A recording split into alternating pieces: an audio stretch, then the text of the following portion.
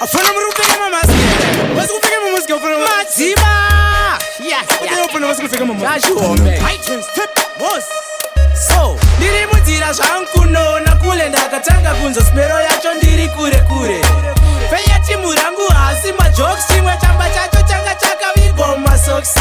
Chimwe chaive mumakadhi box chimwe muzvigubhu zvanga zvakanzi Firefox. Chikanzi gara apa chipinde matops rimwe gridhi racho ranga rakashafo malogs ukunzwa. Zukuru nditambidze Orisla ukunzwa. Ichi chaibhengwana naita ukunzwa. Ichi chinobhengwana nasista ichiuka chibhema unomukira mugisa ukunzwa. Zukuru nditambidze Orisla ukunzwa.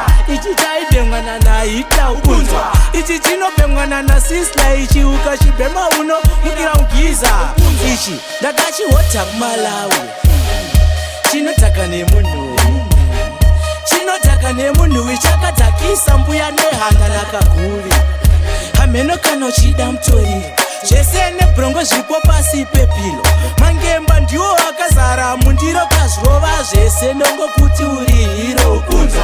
Zukuru nditambidze Orisla ukunzwa. Ichi chaibhemwana naika ukunzwa. Ichi chinobhemwana nasista ichiuka chibhema unomukira mugiza ukunzwa. Zukuru nditambidze Orisla ukunzwa. Ichi chaibhemwana naika ukunzwa. Ichi chinobhemwana nasista ichiuka chibhema unomukira mugiza. especially kana usina kupfeka mamaski ukona chika chamba ichi chinokurova zvekuti unogona kungowira mutreni usingarioni wazinzwa zvakaitwa unopinda panext door uchisiya pumba penyu usapota uchirova chamba usarova chamba ndakutaurira mudi waflint iwewe nezuro chaichai wakatobvirawo jesadza nematende handina kuzvifarira zvawakaita padheni pangu nezuro ndikutaura iwewe kana maruto iwewe usandisekerera handidi kuona futi uchiya padheni pangu wakarowe nechamba handizvifarire uzvinzwa.